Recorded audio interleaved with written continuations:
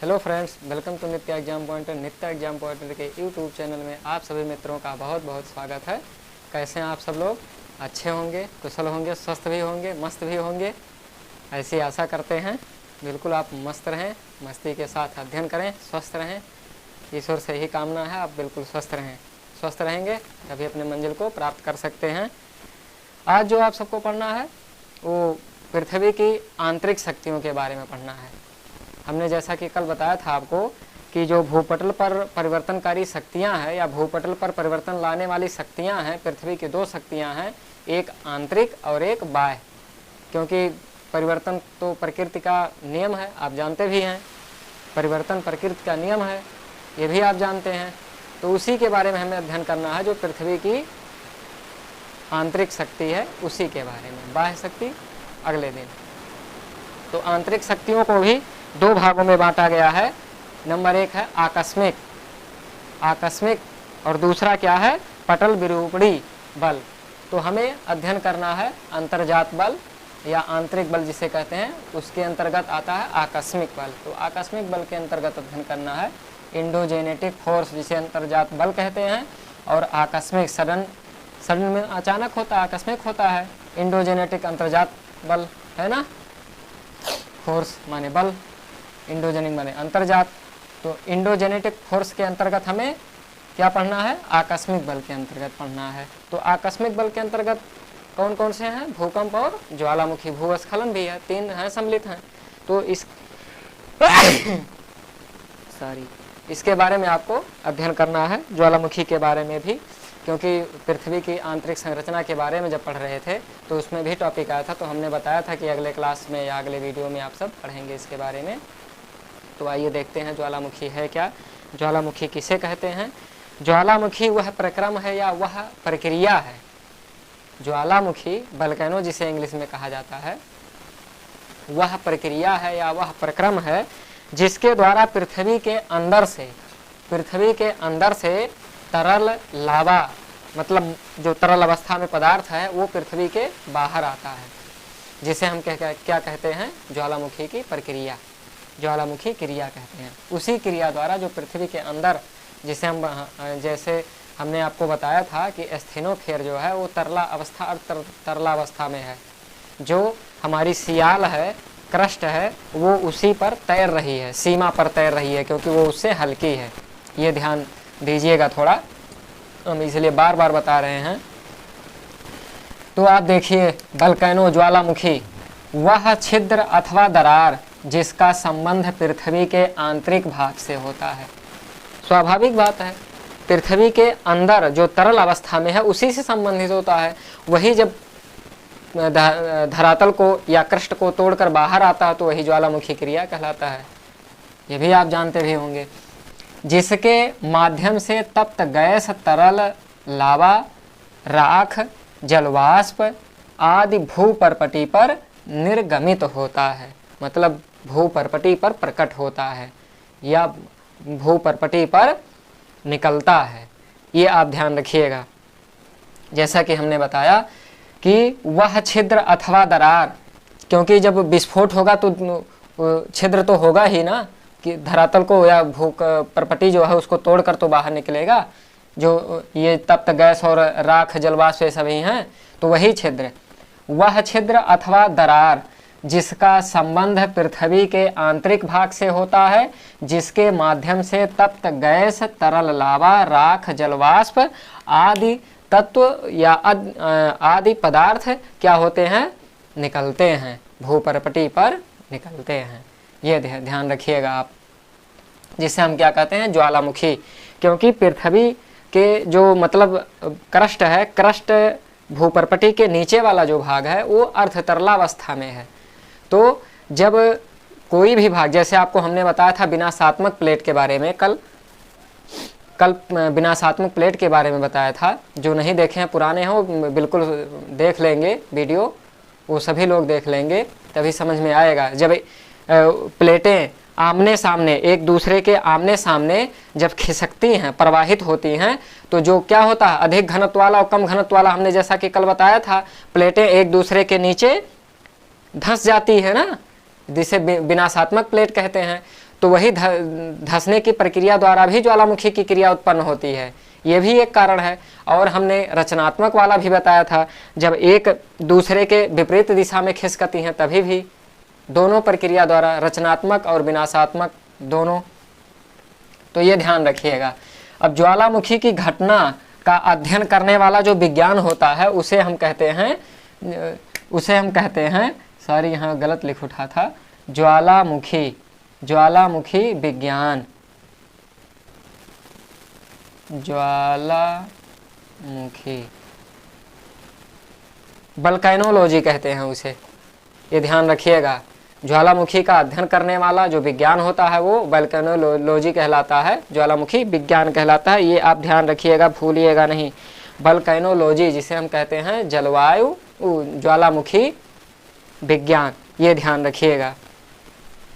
ज्वालामुखी का शाब्दिक अर्थ होता है ज्वाला धनमुखी, मतलब जिसके मुख से आग निकलती हो, या जो तप्त तरल पदार्थ है पृथ्वी के अंदर, भूपर्पटी के नीचे तरलावस्था है जो, वो तरलावस्था पदार्थ जब पृथ्वी के भूपर्पटी को तोड़कर बाहर निकलता है, ज्वाला आग मुखी मतलब मुख, जिसके मुख से तरल पदार्थ निकलता रहता हो पृथ्वी के आंतरिक भाग से। तो ये बात ध्यान रखिएगा आप।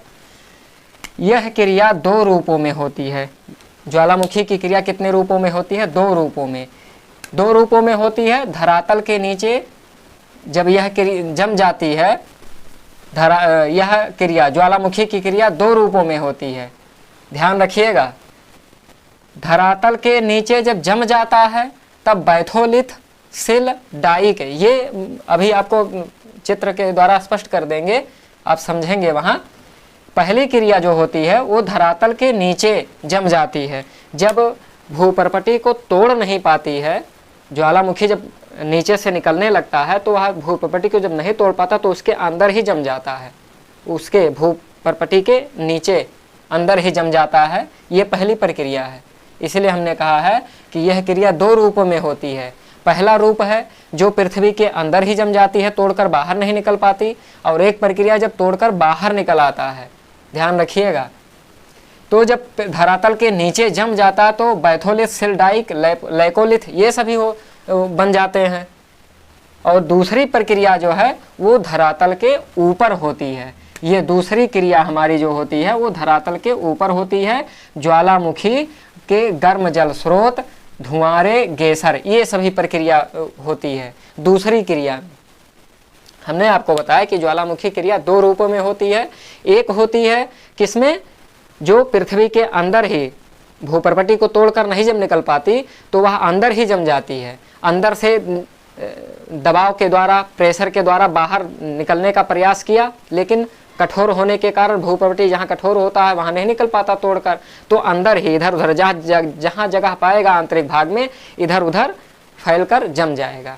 ये पहली प्रक्रिया। सेल डाइक, लैकोलिथ, फाइकोलिथ ये सभी होते हैं। सेल डाइक आप जानते भी हो। दूसरी प्रक्रिया, जब यह तोड़कर बाहर निकलता है तो उसे हम ज्वालामुखी कहते हैं, गीजर कहते हैं, ये सभी ध्यान रखिएगा। जब तोड़कर बाहर भूपर्पटी पर आ जाता है, धरातल पर आ जाता है, तो उससे क्या होता है ना, ज्वालामुखी, गर्म जल के स्रोत, धुआंरे और गेसर ये सभी बनते हैं। ये क्या होता है, आकृति बन जाती है। और ये जो आकृति बनती है, लैकोलिथ, फाइकोलिथ, डाइक, ये सभी इसके रूप में बन जाता पहली प्रक्रिया में।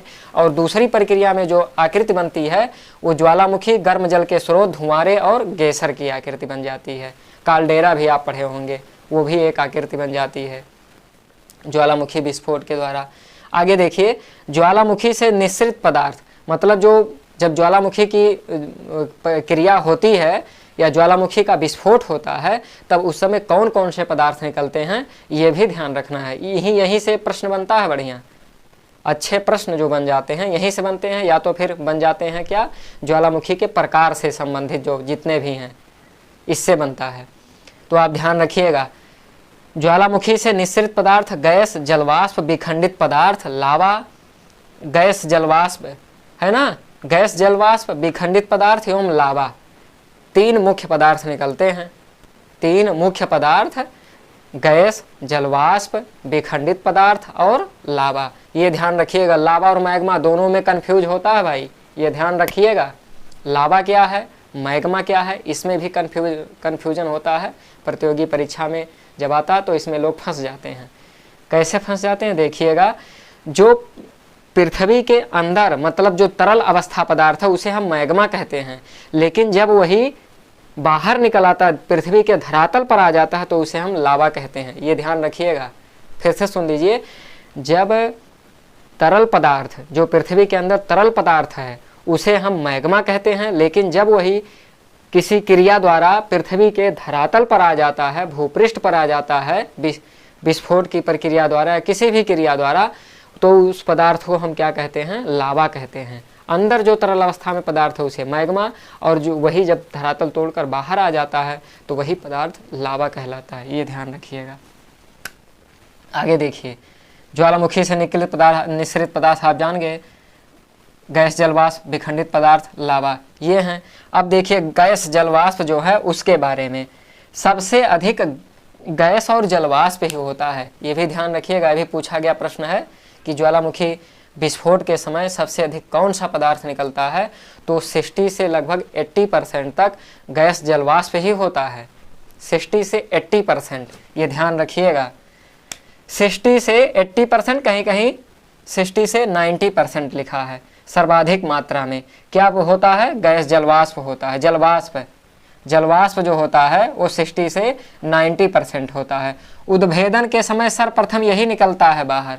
उद्भेदन के समय सर्वप्रथम यही निकलता है, मतलब विस्फोट के समय जलवाष्प की सर्वाधिक मात्रा पाई जाती है। विस्फोट में जो सभी पदार्थ निकलते हैं उन सभी पदार्थों में जलवाष्प की मात्रा सबसे अधिक होती है, मतलब 60 से 90%। ये भी ध्यान रखिएगा। अब विखंडित पदार्थ दूसरा आ गया। गैस जलवाष्प हमने बताया। अब गैस में कौन कौन से आते हैं ये भी आप ध्यान रखिएगा।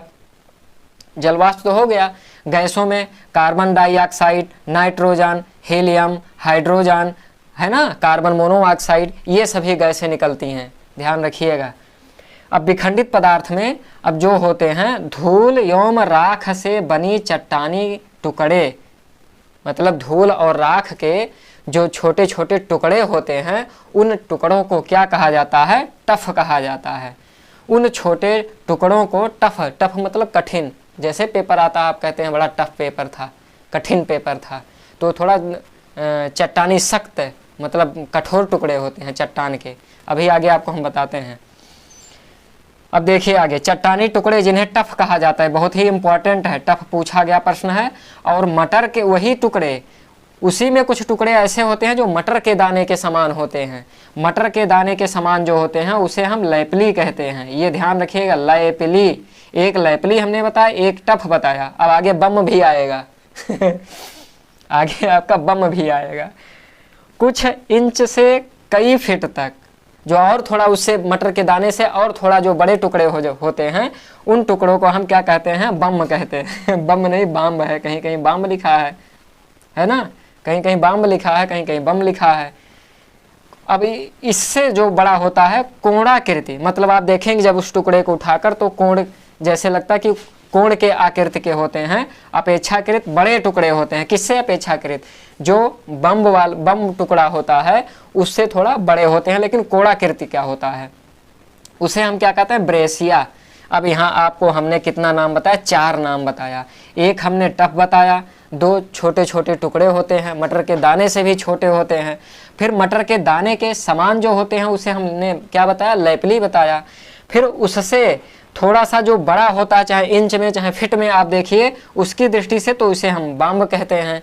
अब इससे बड़ा जो टुकड़ा चट्टानी टुकड़ा होगा, जो अपेक्षाकृत मतलब कोणाकृति होगा, उसकी आकृति कोणाकृति होगी, उसे हम ब्रेसिया कहते हैं। ये 4 नाम आप याद रखिएगा, भूलिएगा नहीं, बहुत ही इंपॉर्टेंट है। एक हो गया टफ, एक हो गया लैपली, है ना, लैपली, और एक हो गया बाम्ब, और एक हो गया ब्रेसिया। ये ध्यान रखिएगा, चारों बहुत ही इंपॉर्टेंट है, आया हुआ प्रश्न है। अगला देखिए, ज्वालामुखी उद्गार के समय जब तप्त मैग्मा धरातल पर आता है तो उसे लावा कहते हैं। ये भी हमने आपको बताया पहले ही कि जो पृथ्वी के अंदर तरल अवस्था में पदार्थ है उसे हम मैग्मा कहते हैं, लेकिन जब वह उद्गार के समय बाहर आता है भूपृष्ठ पर तो उसे लावा कहते हैं। ये ध्यान रखिएगा, इसी में कन्फ्यूजन हो जाता है, लावा क्या है मैग्मा क्या है। लावा के ठंडा होने से बेसाल्ट चट्टान बन जाती है। भूपृष्ठ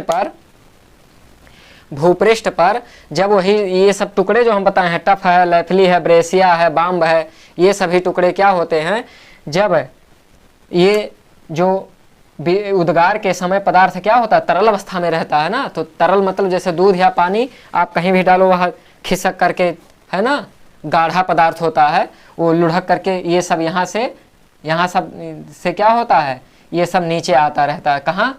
ये धरातल पर। ये देखो आप देखिए यहाँ, जैसे हमने बेसाल्ट लिखा, ये जो टफ है, छोटे छोटे टुकड़े होते हैं, वो जम जाते हैं, है ना। जैसे हमारे महाराष्ट्र गुजरात में काली मिट्टी पाई जाती है ना, इसी ज्वालामुखी का ही एक उदाहरण है, आप जानते भी हैं। जो काली मिट्टी है वो यही है, जो छोटे छोटे टुकड़े हैं, राख है, टुकड़े हैं, उसी से जो मिट्टी बन जाती है ठंडा होकर, ध्यान रखिएगा। अगला देखिए, ज्वालामुखी के ठंडा होने से बेसाल्ट चट्टान बनती है, जैसा कि हमने बताया। जब वही राख धीरे धीरे जम जाता है, मतलब जो छोटे छोटे टुकड़े होते हैं, है ना, वही जमकर ठंडा होकर जमकर किसका निर्माण करते हैं, बेसाल्ट, मिट्टी में परिवर्तित हो जाता है। आगे देखिए, लावा 2 प्रकार का होता है। अब लावा भी 2 प्रकार का होता है ना। एक होता है एसिड लावा, और एक होता है बेसिक लावा। ये भी ध्यान रखिएगा, एक होता है एसिड लावा और एक होता है बेसिक लावा। अब एसिड लावा क्या है, इसके बारे में आप देखिए।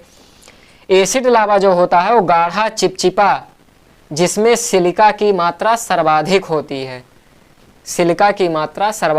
है, उसे हम क्या कहते हैं, एसिड लावा। इसमें सिलिका की प्रधानता पाई जाती है, ध्यान रखिएगा। क्रेटर के आसपास गुंबदाकार शंकु का निर्माण होता है, जिसे क्या कहते हैं, जैसे हम उदाहरण के रूप में इटली का स्ट्राम्बोली जो है, स्ट्राम्बोली इटली का है ना, उसी का एक उदाहरण है।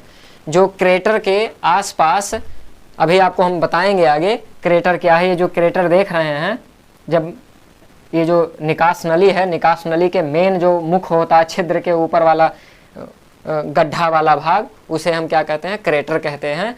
तो वही क्रेटर यहाँ कह रहे, यहाँ इसका स्पष्ट तरीके से यहाँ देख लीजिए कि जो क्रेटर के आसपास है, क्रेटर के आसपास गुंबदाकार शंकु का निर्माण होता है। शंकु आप देख रहे हैं ना, ये हमने लिखा भी है ना, ये शंकु है, पूरा शंकु बन जाता है शंकु के आकार का।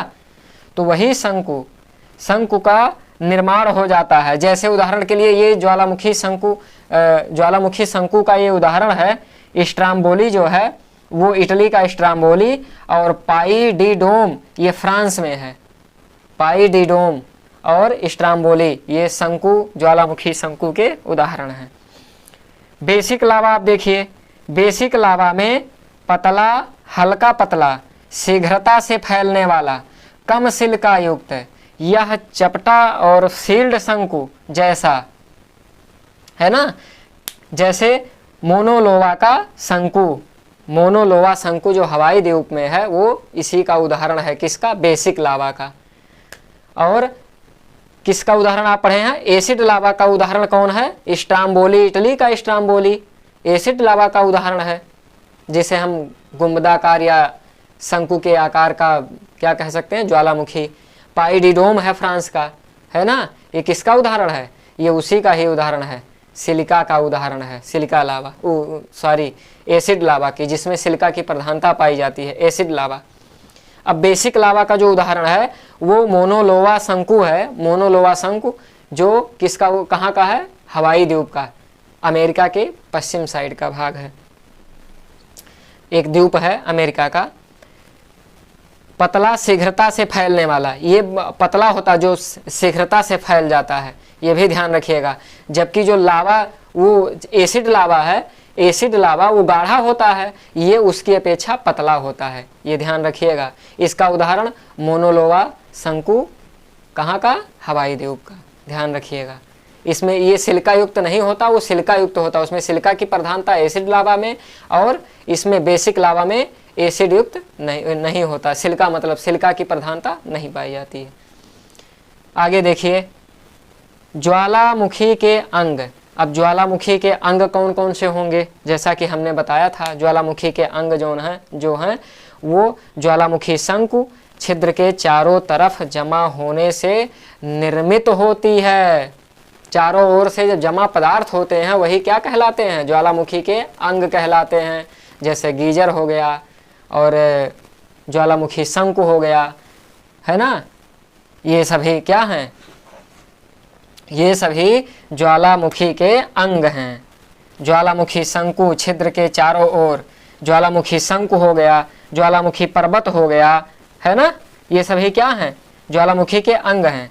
अब ज्वालामुखी शंकु क्या है, छिद्र के चारों तरफ जमा होने से निर्मित ज्वालामुखी, है ना, ज्वालामुखी शंकु, ज्वालामुखी शंकु अभी आपको बता रहे हैं।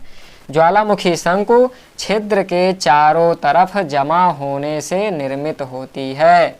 ज्वालामुखी शंकु छिद्र के चारों तरफ, ये देख रहे हैं ना, चारों तरफ ये छिद्र जो है, जो आप देख रहे हैं छिद्र, छिद्र के चारों तरफ आप देख रहे हैं जो इस शंकु के आकार का बन जाता है, उसे हम क्या कहते हैं, ज्वालामुखी शंकु कहते हैं। दूसरा आता है ज्वालामुखी पर्वत। अब ज्वालामुखी शंकु का आकार बड़ा जब हो जाता है, जब यही शंकु का आकार ऊंचाई में भी और उसके क्षेत्रफल में भी जब वह बड़ा हो जाता है आकार में, तो उसे हम क्या कहते हैं, ज्वालामुखी पर्वत। इसका कौन कौन सा उदाहरण है अभी आपको हम बताएंगे। और पर्वत के ऊपर छिद्र, मतलब छिद्र के बीच में जो पर्वत के ऊपर छिद्र होता है, ये जो छिद्र आप देख रहे हैं जब ये विस्तृत हो जाता है, बहुत बड़ा होता है, तो ये जो छिद्र है ना, उसको क्या कहते हैं, ज्वालामुखी छिद्र, उसे ज्वालामुखी छिद्र कहा जाता है। ये भी ध्यान रखिएगा। छिद्र का धरातल जमीन के नीचे भूगर्भ से संबंधित एक पतली नली जिसे ज्वालामुखी नली कहते हैं, ये निकास नली जिसे कहते हैं, ये अंदर से संबंधित होती है, पृथ्वी के आंतरिक भाग से, जहाँ मैग्मा होता है वहाँ से संबंधित होता है ये छिद्र, क्योंकि यही नीचे से ही ये संबंधित होता है, तभी तो ये छिद्र बनता है। जब ये छिद्र बना तभी तो पदार्थ बाहर आया, ये ध्यान रखिएगा।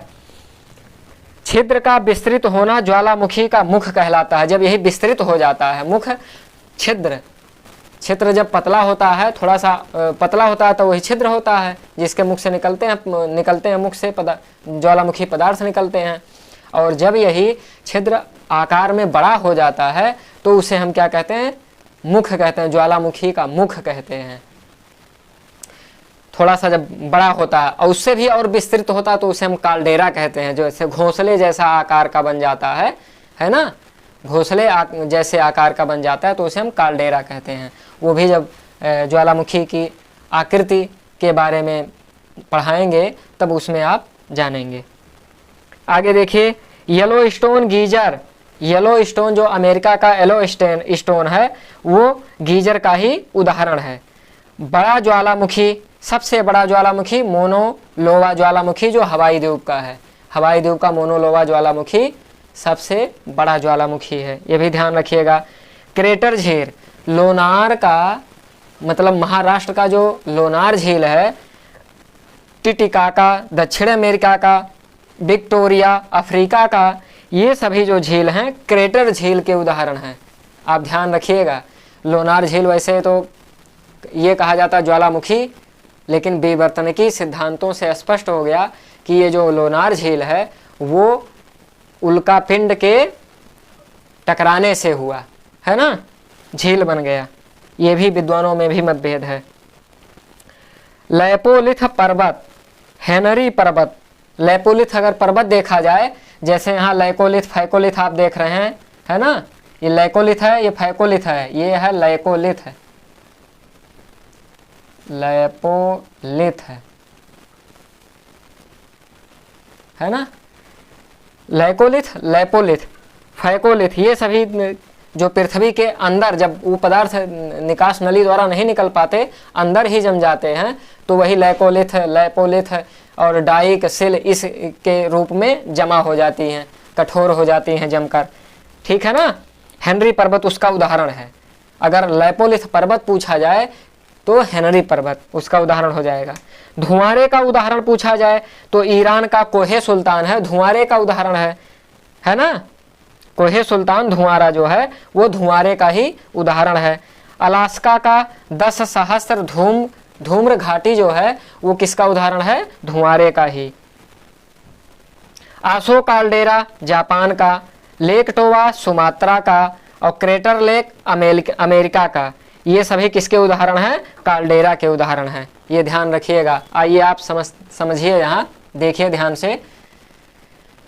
ये जो पृथ्वी के अंदर है, ये आप देख रहे हैं ना, ये क्या है? ये नीचे स्थेनोफियर जो तरला अवस्था में पदार्थ है। किसके नीचे? सियाल के नीचे सीमा वाले भाग में स्थेनोफियर जिसे हम कहते हैं, स्थेनोफियर अर्ध तरला अवस्था में। तो जब यही पदार्थ दबाव द्वारा, प्रेशर द्वारा जब बाहर निकलने का प्रयास करता है ना, तो किसी जब जहाँ भी कमज़ोर चट्टान होगी, क्योंकि पृथ्वी के अंदर भी गैस होती है ना, जैसे आप कुकर में खाना पकाते हैं, कुकर में खाना पकाते हैं तो उसमें भी गैस निकलती है। जब उसका सीटी, जब उसमें गैस ज़्यादा हो जाएगा तो सीटी के जो सीटी लगी होती है, सीटी के माध्यम से गैस बाहर निकल जाएगा। और एक वाल्व भी लगा होता है, जब सीटी के माध्यम से ना निकले तो सेफ्टी वाल्व होता है, उसके द्वारा निकलने लगता है गैस। ठीक ऐसे हमारे पृथ्वी के अंदर जब गैस जहाँ बनती है, क्योंकि पृथ्वी के अंदर तरल अवस्था में पदार्थ है, तरल अवस्था में ही है ना, वो तप्त है, गर्म है एकदम। और जब वहाँ जहाँ भी गैस बनेगी तो वो गैस निकलने का प्रयास करेगी। स्वाभाविक बात है, जहाँ भी कमज़ोर चट्टान पाएगी वो तोड़कर बाहर निकलेगी। यही तो है ज्वालामुखी। जैसे हमने आपको उदाहरण बताया कुकर वाला कि सीटी बनी है, एक सेफ्टी वाल्व भी लगा होता है, दोनों के माध्यम से, है ना। और जब दोनों काम करना बंद कर देंगे तो क्या होगा? ब्लास्ट का हो जाएगा आपका कुकर ही, आपका कुकर ही ब्लास्ट हो जाएगा। सेम वैसे प्रक्रिया आप पृथ्वी के संदर्भ में देखिए। जब यही अगर कहीं ना पाए जगह निकलने के लिए, जैसे हम कहते हैं कमज़ोर चट्टान ना पाए, इसे जो गैस है बाहर निकलने का स्थान ना मिले उसे, तो किसी बड़े चट्टान को तोड़कर बाहर निकलने का प्रयास करेगी। और नहीं तोड़ पाएगी तो उसमें उभार आ जाएगा, जिससे अनेक ज्वालामुखी पर्वतों का निर्माण भी आप देखेंगे। जैसे हमने उदाहरण बताया लेपोलिथ वाला उदाहरण, कि उससे भी पर्वत का निर्माण होता है। जब चट्टान कठोर होगी, तोड़कर बाहर नहीं निकल पाएगी, तो उसमें क्या होगा? उभार आ जाएगा, पर्वत जैसे आकृति बन जाएगी। तो यही प्रक्रिया सेम है, जैसे हमने आपको कुकर वाला समझाया कि जब यही गैस, स्वाभाविक बात है तरल अवस्था में है तो गैस तो जरूर बनेगी, तो गैस बनने से प्रेशर बन जाएगा। और उसी प्रेशर द्वारा जहाँ चट्टानें क्या होंगी? रचनात्मक प्लेट आप पढ़ें जो बताए हैं, रचनात्मक विनाशात्मक, उसी के माध्यम से जहाँ कमज़ोर चट्टान होगी वहाँ क्या होगा? तोड़कर उसी चट्टान को भूपृष्ठ पर आ जाएगा बाहर वही पदार्थ जो पृथ्वी के अंदर गैस के रूप में बनी हुई है। तो आप देखिए यहाँ से, ये जो अंदर कितना 800 से 1200 डिग्री सेंटीग्रेड टेम्परेचर होता है, अर्ध तरलावस्था में पदार्थ होते हैं। तो आपको जो हमने प्लेट के बारे में कल पढ़ा रहे थे, जो नहीं देखे हैं वो देख लें एक बार वीडियो, जो उसमें प्लेट के बारे में बताया कल मैंने। तो जो किनारे वाला भाग आप देख रहे हैं, प्रशांत महासागर के तट वाला भाग, पश्चिम और पूर्वी, उसी भाग में ही ज़्यादातर भूकंप आते हैं, ज्वालामुखी भी आते हैं। यही कारण है, क्योंकि विनाशात्मक प्लेट, विनाशात्मक किनारा जो है या प्लेट जिसे हम कहते हैं, वही किनारों पर ही पाए जाते हैं, क्योंकि एक दूसरे के ऊपर अधोगामित हो जाती हैं प्लेटें, एक दूसरे के नीचे धंस जाती हैं, विनाश हो जाता है किनारी प्लेटों का। इसीलिए वहाँ क्या चांस मिल जाता है? भूकंप और ज्वालामुखी आने का चांस वहाँ ज़्यादा होता है, ये ध्यान रखिएगा। तो यहाँ से आप देखिए, ये जो ये मैग्मा हर्थ है इसे कहा जाता है। जो यहाँ आप देखिए, जो ये मैग्मा चैम्बर है पूरा, ये हमारा हो गया क्या है? स्थेनोफियर। स्थेनोफियर में ये एक मैग्मा चैम्बर होता है, जो पदार्थ होते हैं। मैग्मा चैम्बर हो गया, मैग्मा पदार्थ जो होता है उसका एक चैम्बर होता है ना, जिसे हम कहते हैं घर, आप समझ लीजिए एक ऑफिस टाइप में जैसे समझ लीजिए। तो ये मैग्मा चैम्बर हो गया। अब मैग्मा चैम्बर के आप ऊपर देखिए, यहाँ है मैग्मा हर्थ है। तो यहाँ से पदार्थ क्या होता है, पृथ्वी के अंदर एक निकास नली के रूप में, जैसे हमारे देख रहे हैं गर्दन निकास नली होती है ना, ऐसे आप देखिए उदाहरण, ये बाहर निकलने का प्रयास करती है। लेकिन कभी कभी क्या होता है कि बगल में भी अगर जगह है, पृथ्वी के आंतरिक भागों में भी कहीं अगर स्पेस मिलता है उसे, तो पृथ्वी के इधर उधर साइड भाग में, आंतरिक भाग में, साइड में भी वो चट्टानें क्या होती हैं, निक्षेपित हो जाती हैं, जमा हो जाता है, जिससे हम क्या कहते हैं उसे लैपोलिथ के रूप में। लैपोलिथ सिल और डाइक, सिल डाइक तो आप इससे परिचित होंगे। सिल मतलब एकदम चपटा, क्षैतिज रूप में चपटा होता है सिल, और ये डाइक है, डाइक जैसे हम लोढ़ा, वो मसाला घिसने वाला जानते भी होंगे। तो ये जो चपटा है क्षैतिज रूप में, इसे हम कहते हैं सिल, और जो ऊर्ध्वाधर रूप में हो जाता है उसे हम डाइक कहते हैं। और ये डाइक से भी और विशाल क्षैतिज और वो क्या कहते हैं उसे ऊर्ध्वाधर दोनों होते हैं, तो उसे लैकोलिथ कहा जाता है। ये ध्यान रखिएगा। ये हमारा क्या ये धरातल है जिसे हम परपटी कहते हैं। तो जब ये क्या होता है, यहाँ भी, इससे भी यहाँ भी पदार्थ निकलते रहते हैं, कहीं भी थोड़ा सा अगर चांस मिल जाता है। ये देखिए आकृति बन जाए, ये इसे यहाँ कठोर चट्टान थी तो यह तोड़कर नहीं निकल पाया, लेकिन यहाँ क्या है, यहाँ अगर थोड़ा सा धरातल के ऊपर थोड़ा सा चांस मिल जाता तो इसको भी तोड़कर क्या करती है, बाहर निकलने का प्रयास करती है। ये जो तरल पदार्थ होते हैं, मैग्मा इसको तोड़कर बाहर निकलने का प्रयास करती है। तो धरातल को तोड़कर यही जब बाहर आ जाते हैं तो ये सभी क्या हैं, गैस है, जलवाष्प है, इसमें धूल है ना, ये सभी पदार्थ, ये सभी जो विस्फोट होता है। जैसे आप उदाहरण के तौर पर आप ये समझिए, जब शादी ब्याह में आप देखते हैं वो एक आता नहीं है फुहारा वाला, वो पटाखा जो शादी ब्याह के अवसर पर खूब उजाला देता है, ज्वालामुखी क्रिया का एक सर्वोत्तम उदाहरण है वो अनार जिसे कहते हैं, अनार है ना, अपने ग्रामीण क्षेत्र में अनार कहते हैं, वो ज्वालामुखी विस्फोट का एक सर्वोत्तम उदाहरण है। उससे आप समझिए। तो ये जो गैस हो गया, ये हो गया हमारा निकास नली। ये ध्यान रखिएगा, हमारी निकास नली है। और जो ये पदार्थ जमा हो रहे हैं, इसे ये किस आकृति की बन जाती है, ठंडा होकर शंकु के रूप में बन जाती है। तो जिसे हम कहते हैं ज्वालामुखी शंकु। और ये जो गर्म पदार्थ हैं, तरल अवस्था वाले तप्त पदार्थ, मैग्मा जिसे हम कहते हैं, जब यही पदार्थ बाहर निकल आते हैं तो उसे हम लावा कहते हैं। ये ध्यान रखिएगा। और ये आपको हमने बताया कि जो ज्वालामुखी आप यहाँ पढ़े हैं, लावा दो प्रकार का होता है ना, एसिड लावा और बेसिक लावा। तो ये आप देखिए, ये लावा गाढ़ा लावा जो होता है वो देखिए यहाँ लहर के रूप में, जिसे हम लहर कहते हैं, लहर के रूप में। स्वाभाविक बात है भाई, जब वो गर्म पदार्थ निकलेगा तो गर्म पदार्थ जब बाहर निकला तो लपट जैसे होगी, जैसे आग जलती है उसी टाइप में, तो उसे हम लहर कहते हैं। ये खिसक कर क्या आते रहते हैं, ये जमा होते रहते हैं, खिसक कर धरातल पर फैलकर ठंडे होकर जम जाते हैं, जिसे हम बेसाल्ट कहते हैं, है ना। आगे देखिए, ये क्षेत्र तो आपको हमने बताया जिससे ये पदार्थ बाहर निकलते रहते हैं, वो छिद्र है। और ये सभी क्या हो रहे हैं, जमा हो रहे हैं, लावा। जो पदार्थ निकलकर जमा हो रहे हैं उसे लावा कहते हैं। पृथ्वी के अंदर से मैग्मा जब बाहर धरातल पर आता तो उसे लावा कहते हैं। लैकोलिथ, लैपोलिथ, डाइक, सिल, ये सब आप जान गए, जो ज्वालामुखी की क्रिया द्वारा निर्मित होते हैं। तो ज्वालामुखी पर्वत आपको हमने बताया, जो लैपोलिथ के रूप में बताया हमने। और ये आपको हमने बताया शंकु के बारे में, शंकु जो ज्वालामुखी शंकु के रूप में है उसके बारे में। ठीक है ना।